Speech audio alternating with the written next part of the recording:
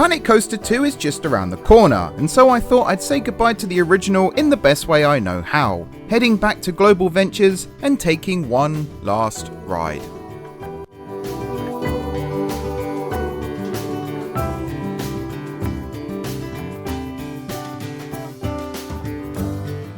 Hello everyone, it's M4J here, and welcome back to Global Ventures here on Planet Coaster for the final time. This is going to be the last time I load up this version of the park, at least in this game.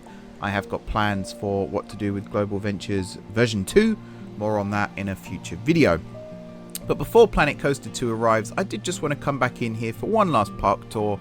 Not so much to point out what's missing from the park, but to celebrate what's actually here. So as the train there sets off in the background, we're going to set off and explore the park. One more thing actually I was going to point out to do with the railway. First of all, I still love this idea I had for the ballast. I really wish I'd stuck that through all the way to the end. But one thing I did get working were these. So I'm going to turn day to night quickly, which hopefully doesn't mess things up too much. See the red light there?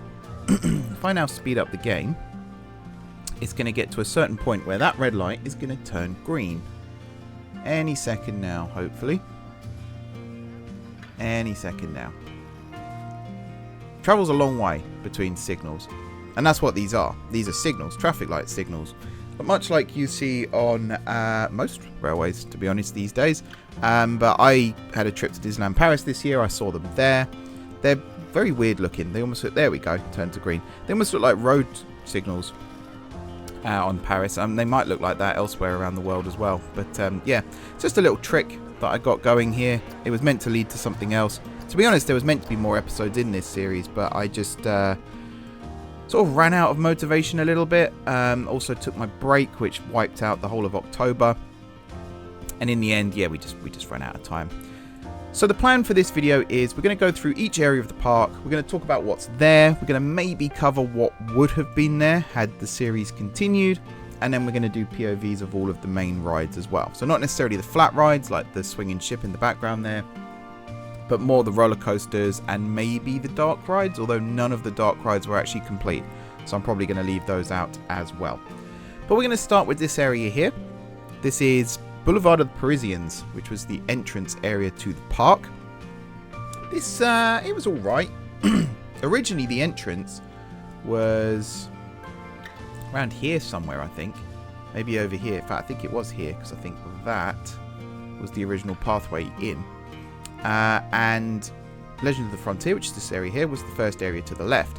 That's now no longer the case, of course. Over here is the entrance. And actually, this view here is one of my favorites.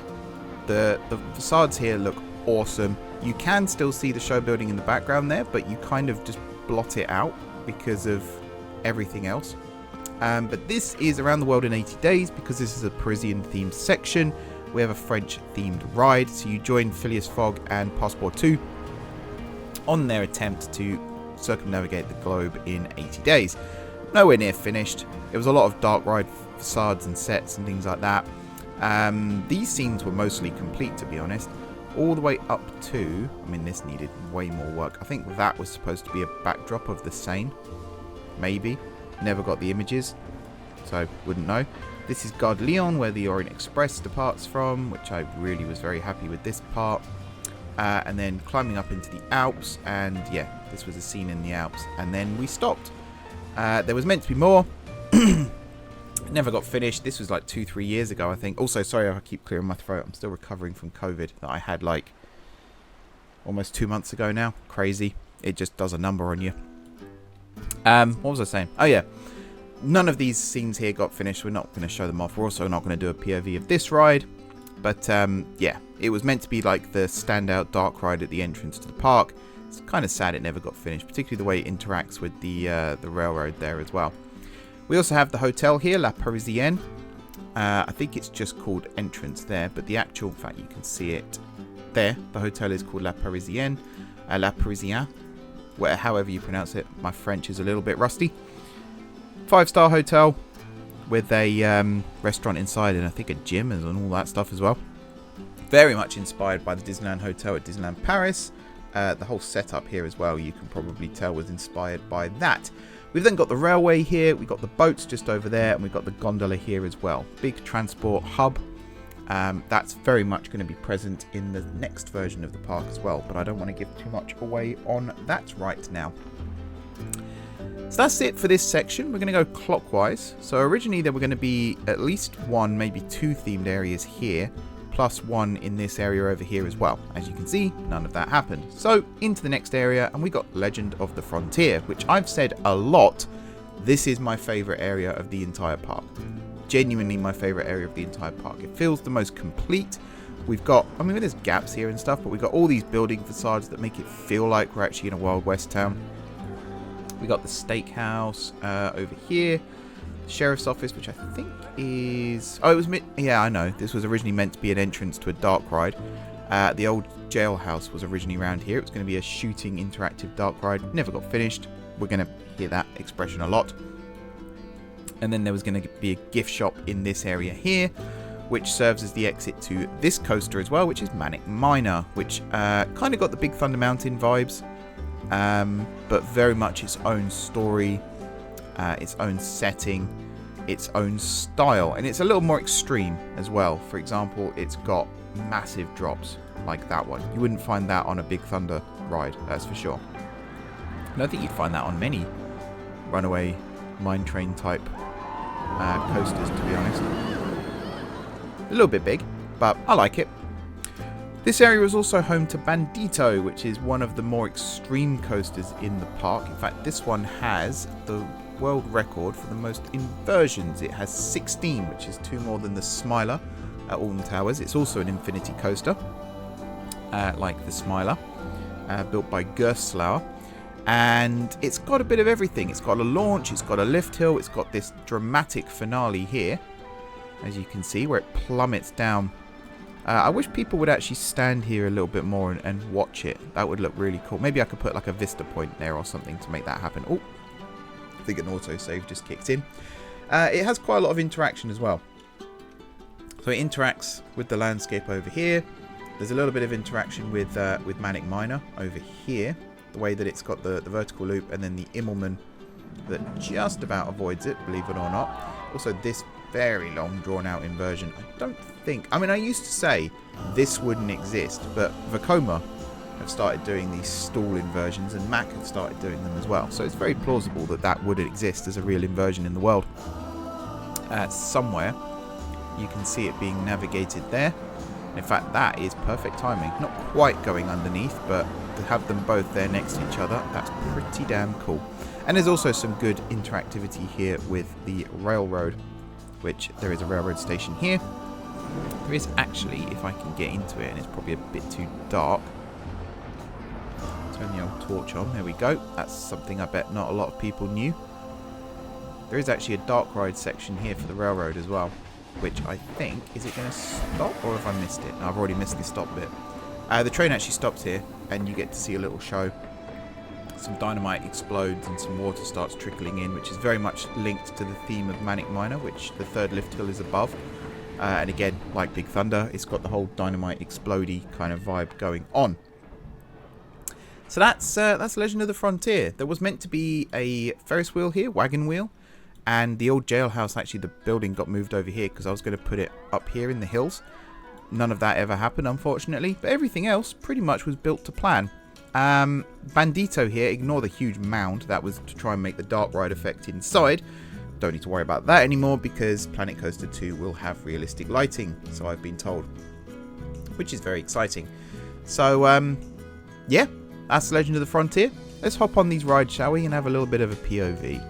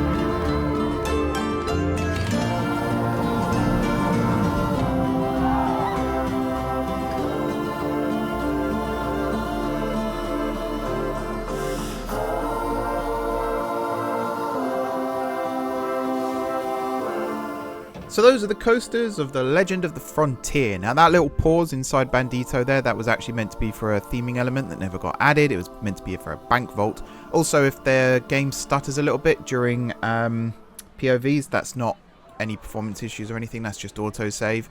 So maybe it is a performance issue. And there is a way to change the autosave, but it involves editing config files, which I don't really want to be doing right now because I'm probably not going to be playing the game again after this week. So there's no point in changing config files. So, oh, there's an autosave, just as I mentioned one. I think they're scheduled to take place every minute, so it's almost impossible to avoid them.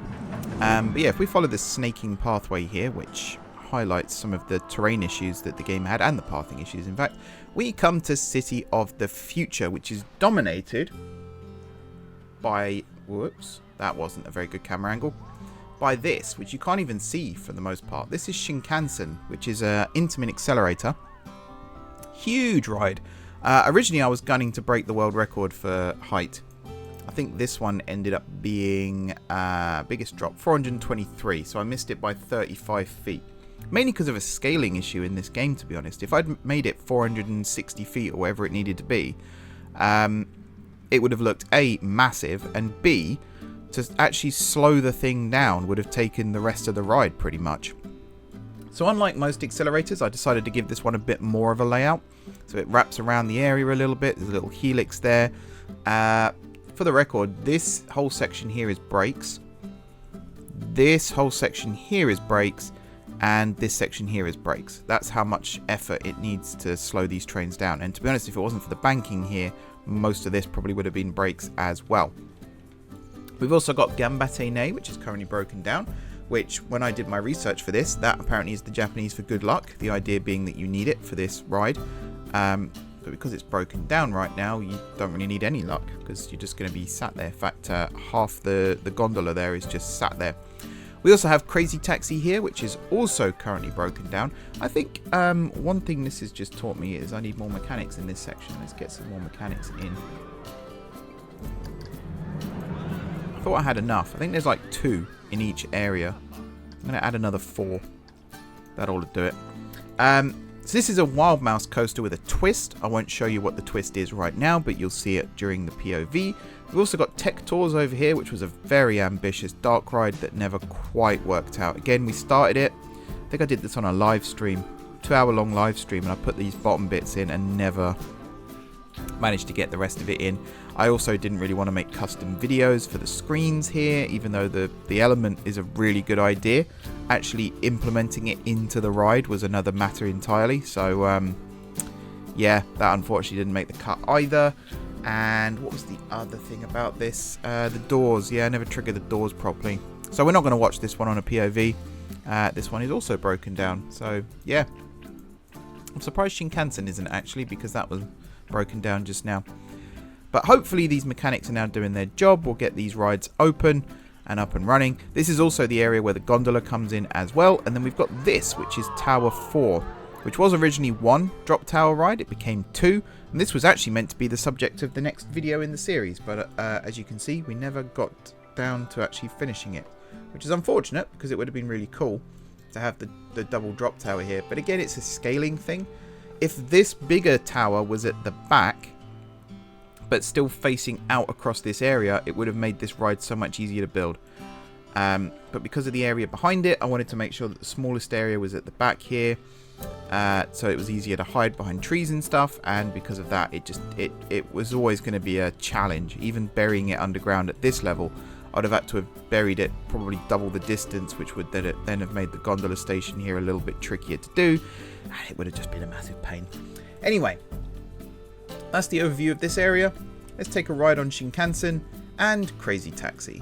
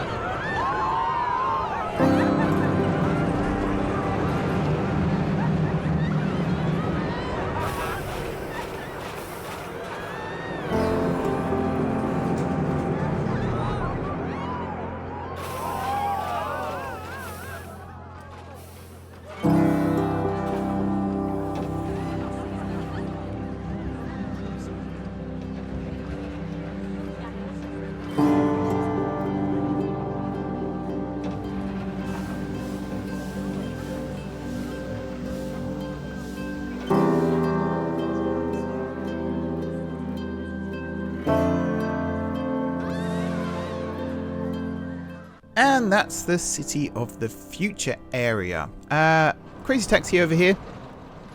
Bit of a traffic jam here.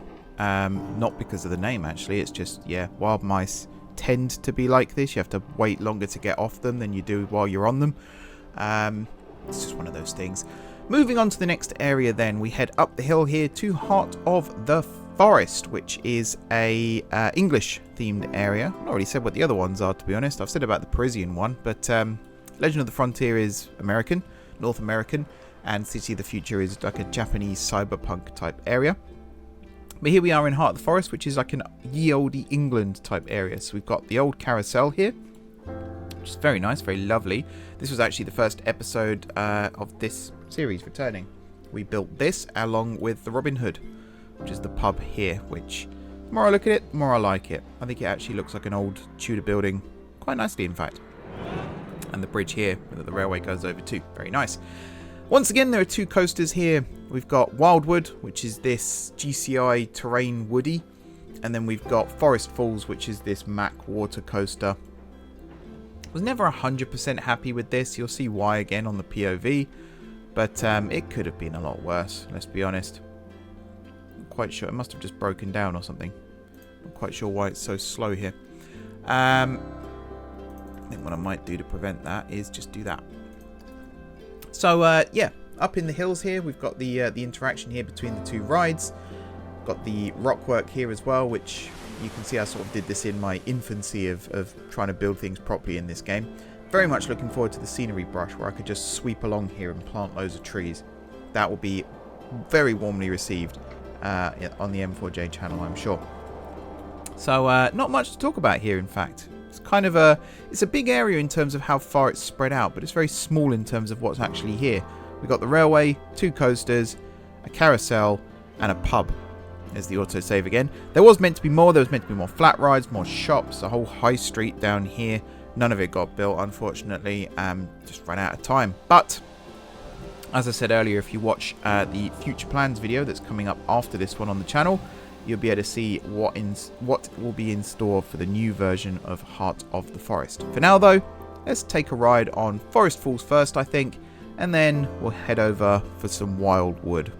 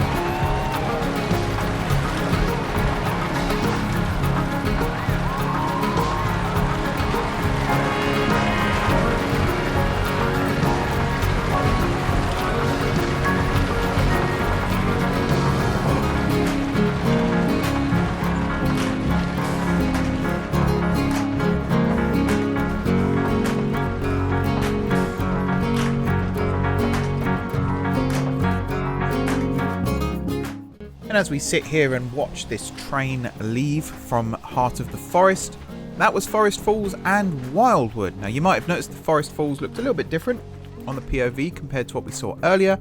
I actually rebuilt it between recording the previous bit and the POVs just to make sure that the timings were okay, because my first attempt we got stuck on this block break for ages, so I just did a little bit of twiddling, a little bit of changing, changed this layout here as well just to make it all look a little bit better.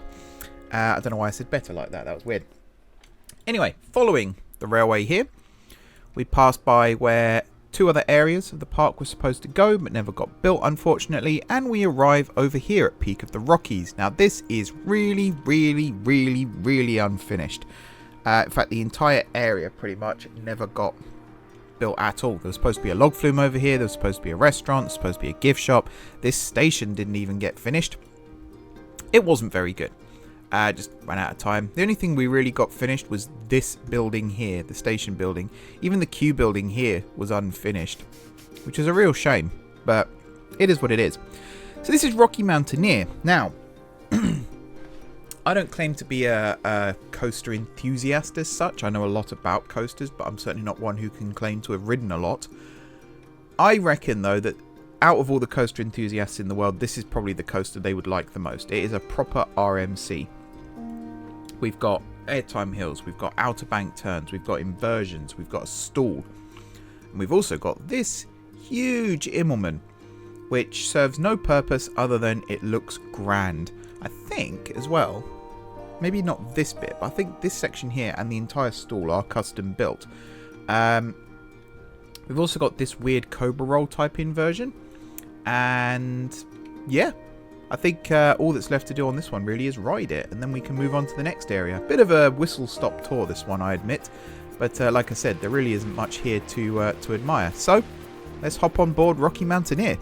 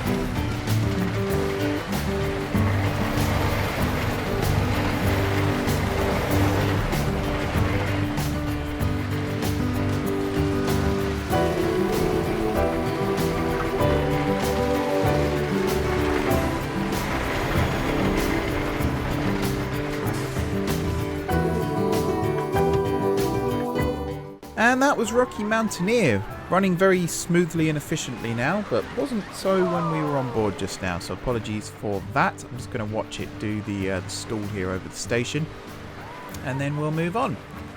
There she goes. Look at that. See, that is an enthusiast moment right there. They're going to love that. And also the little airtime moments, the little pops. I feel like this outer bank here would be quite popular, but overall I think the coaster was a little too long. And a little too stretched out. I think from here I would just have a lift hill going up and then the rest of the ride and just take out all this section. It was meant to interact with the log flume, but the log flume never got built. Right, penultimate area, and we've got the mighty B&M behemoths that are Antony and Cleopatra over here in Valley of the Nile. Excuse me. Again, throat. Not nice. Right. As I said, B&M behemoths. We've got a flawless coaster here, which is Antony, and then we got the inverted coaster, which is Cleopatra, and they duel, and they do duel. Boy, do they duel. And we've got this really drawn out inversion here. Probably would have made more sense to just make it a conventional bow tie, but I decided to flip it round, and it works to a point. I think if the pathing system was better in this game, I would have had the main path come round this way, and it wouldn't have been an issue. But because I had to have the path go this side, I then had to make this exit of the inversion here really drawn out and weird, which wasn't great, to be honest. I'm not going to, as I said, offer too much feedback throughout this, but that is one thing that I wanted to point out now, because when we ride the coaster, I'm sure people are going to be like, oh, well, that doesn't look very good. I think on board it doesn't look as bad. Off board it looks slightly worse. I'm kind of just waiting, there it is, for the coasters to come down. Also, I say they duel. They do and they don't. It would have been great if they dueled through this 0G roll and vertical loop here, but they actually don't. You see Cleopatra beats Antony. There's a little bit of interaction, and then after that, they kind of go their separate ways. So, version 2 will have them try and duel a little bit more. But I really do love the way Cleopatra here dives underneath the station structure. That works really, really well.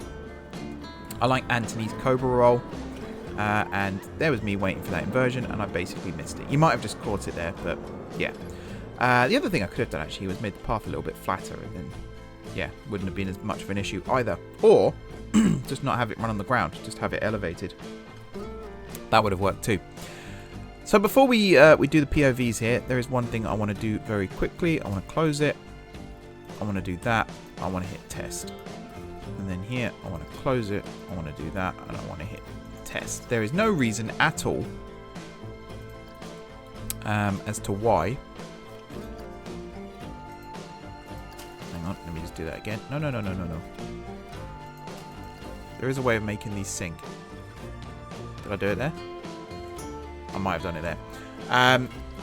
There is no reason at all why these need 3 trains, to be honest. I know they've got the block brakes for it, but the timings are so off. And that's one of my biggest problems in this park in general, is the timings are off. There's only 2 where I got the timing spot on, and we're about to ride the last one in just a moment. But for now, as we see the testing here, I'm going to reopen these rides, get some people back on board, and we're going to hop on for a ride of Antony and Cleopatra. I was tempted to do a ride through here of Scarab as well, which is this spinning coaster. I might add that in afterwards, but the pacing of this is a little bit off as well, which I'm sure you'll notice. But you know what, the more I say it out loud, the more I think, why not? I'm going to get this testing as well. It's not connected to the paths or anything, no one's ever been on this ride, but we'll give it a go anyway. Why not? Alright, Antony first, then Cleopatra.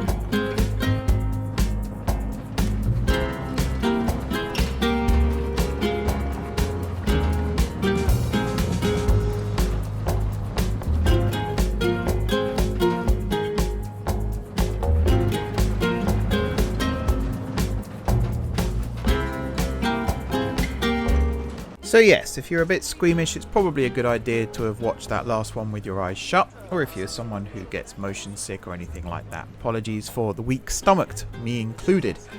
So, Valley of the Nile is done, and we come to the last area of the park, right smack bang in the middle. Welcome to Vibes of the Islands. This was the subject of not the next episode, but the one after, had the series continued. And this would have seen the addition of some family-friendly flat rides, as well as some actual theming going on the island here. Fortress Raider is the one and only coaster in this section. Of course, it's currently broken down, or it's just recovered from a breakdown, so you're not actually going to see it at its absolute best here. But by the time we get on the POV, it will, of course, be fixed and sorted and working nicely. This is the one where I was talking about perfect timing. I managed to synchronize this perfectly. I was really looking forward to showing it off, and because of this, it's now not working. But by the time we come off the POV, you will see for yourselves how well it works. This is also the bit with the most intrinsically themed queue, which I think I actually had to move around slightly because I redid some of this. I flattened the lift hill to decrease the speed going into the final break. Because of that, I had to change quite a lot of the layout here, and the queue got redone slightly, but it's still very, very, very well themed. And this is also the only coaster with a dark ride section, which is inside the fort here. We will come on to that in just a moment. I think, though, there's not really much else to say, so we should probably just hop on now and go for a ride.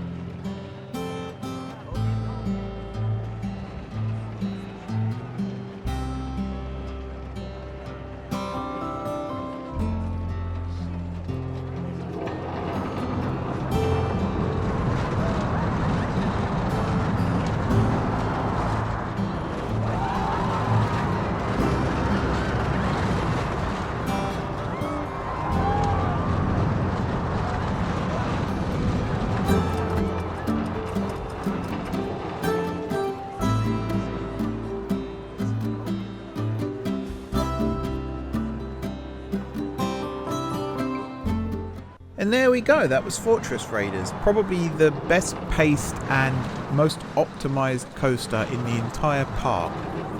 In terms of how quickly people get on the train and the train gets moving. Don't know if I can show you it really quickly. So if this train here gets to the block break here, I think the one in front, yep, just gets out the way in time. There's a little bit of stoppage, but not too much. This one comes in, stops, restraints go up. This is something I'd like to see change for the second game, but I don't think it has been. The fact that everyone here has to leave first and these gates have to close before the air gates here open. That's something I'm not a fan of. Even if they get off the opposite side, that's still the case. So now, operator here needs to shut these gates, please. There we go. This child has phased through the bars there, and they've all teleported onto the train. But yeah, look at that. Restraints down, gates closed, train leaves just as the one behind appears.